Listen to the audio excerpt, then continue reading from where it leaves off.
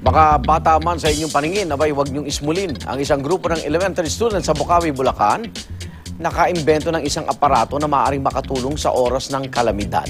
Darito ang unang balita.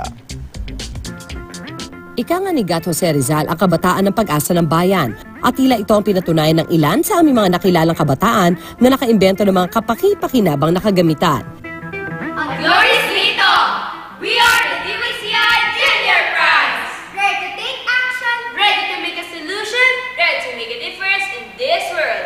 Presenting our prize invention, Project Feed, food for everyone, everywhere device. Project Feed the World! Naging inspirasyon ni Janelle, Gab at Nikki, mga elementary students mula sa Bocaue, Bulacan, ang mga kalamidad na nangyayari sa bansa para sa kanilang imbensyon.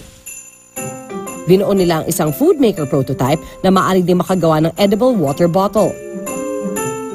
Portable din ang disenyo ng kanilang imbensyon upang mas mapadali ang paghahatid ng tulong lalo na sa mga inaccessible areas.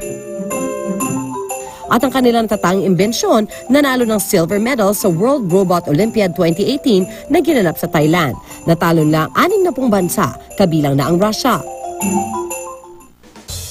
5 taong gulang pa lang si Timothy, mahilig na siya magbutingting ng mga bagay-bagay. At habang tumatanda, nakita niya ang mas makahulugang benepisyo ng kanyang mga imbensyon, ang mapagaan at mapabilis ang kanyang pamumuhay. Ito ang isa sa proud inventions ko. Kadalasan meron tayong mga mini power bank na may fan. Ito naman, yung motors na to ginagamit sa drone racing. So kahit gaano ka-init sa school mo, meron ka pa rin kasing lakas na electric fan na pocket size. Ito naman yung ID power bank na ito may USB din. Next is yung vein finder. So pag tinutok mo sa skin ng tao, yung dark line na yun is actually your vein.